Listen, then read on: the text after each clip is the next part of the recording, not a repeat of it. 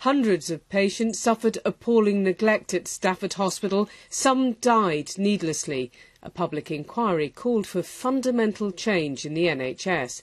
The government now says that will include a new criminal offence of wilful neglect. This isn't about criminalising ordinary mistakes that people make.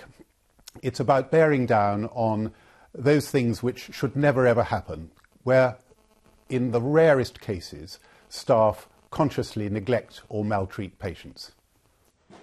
Doctors and nurses can already face heavy sanctions. They can be banned from working by their regulators and get sent to prison for criminal manslaughter by gross negligence, but not for deliberate neglect of care that might harm patients.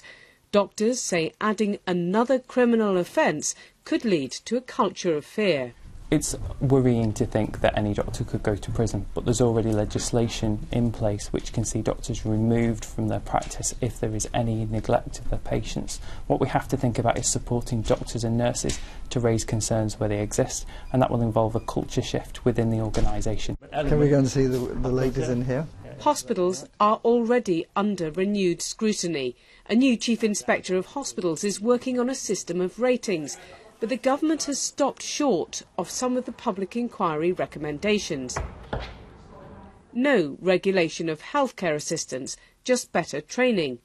The legal duty of candour may be limited to organisations, so doctors and nurses wouldn't have to disclose mistakes. The offence of wilful neglect was used to prosecute nurses at the Winterbourne View care home. It already protects vulnerable children and adults, including those with learning disabilities.